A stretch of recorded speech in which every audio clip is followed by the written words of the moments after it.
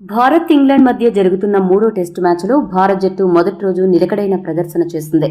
మొదటి రోజులాగే రెండో రోజు కూడా భారత్ జట్టు ఆరంభంలో తడబడి ఆ తర్వాత నిలబడింది.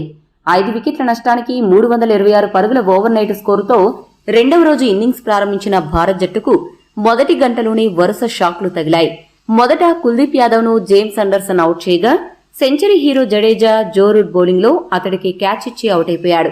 జడేజా మొత్తం 225 బంతులను ఎదుర్కొని 112 పరుగులు చేశాడు. మరోసారి క్లిష్ట పరిస్థితుల్లో పడ్డ భారత్ జట్టును అరంగేట్ర ఆటగాడు ధ్రువ్ జురేల్, రవిచంద్రన్ అశ్విన్ ఆదుకున్నారు. జురేల్ మొట్టమొదటి మ్యాచ్ ఆడుతున్నా అతడి ఆట చూస్తే ఎక్కడా అలా అనిపించలేదు. ఆటలో అంతగా పరిణతి కనబరిచాడు. ఇంగ్లీష్ బౌలర్లను సునాయాసంగా ఎదుర్కొంటూ ఒక్కో పరుగు రాబట్టాడు. అతడికి అశ్విన్ చక్కటి సహకారం అందించాడు. వీరిద్దరూ చక్కగా నిలదొక్కుని మంచి భాగస్వామ్యం నెలకొల్పే దిశగా అడుగులు వేశారు. మెల్లిగా అశ్విన్ దూకుడు పెంచగా జురేల్ మాత్రం సంయమనంతో ఆడాడు. వీరిద్దరి దెబ్బకు ఇంగ్లాండ్కు చెమటలు పడుతున్నాయి. చివరి వికెట్లను సులభంగా తీయొచ్చు అని భావించిన ఇంగ్లాండ్కు ఈ ఇద్దరు ఆటగాళ్లు కొరకరాని కొయ్యలుగా మారి 50కి పైగా పరుగుల భాగస్వామ్యాన్ని నెలకొల్పారు. ఈ సీనియర్ జూనియర్ కాంబోని అవుట్ చేయలేక ఇంగ్లాండ్ బౌలర్లు జుట్టు పీక్కుంటున్నారు అంటే అతిశయోక్తి కాదు.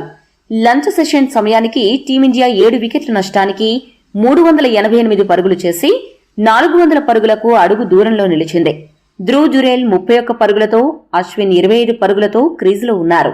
ఈ ఇద్దరు మరొక సెషన్ పాటు బ్యాటింగ్ చేస్తే టీమిండియా 500 పరుగులు సాధించినా ఆశ్చర్యపోనవసరం లేదు.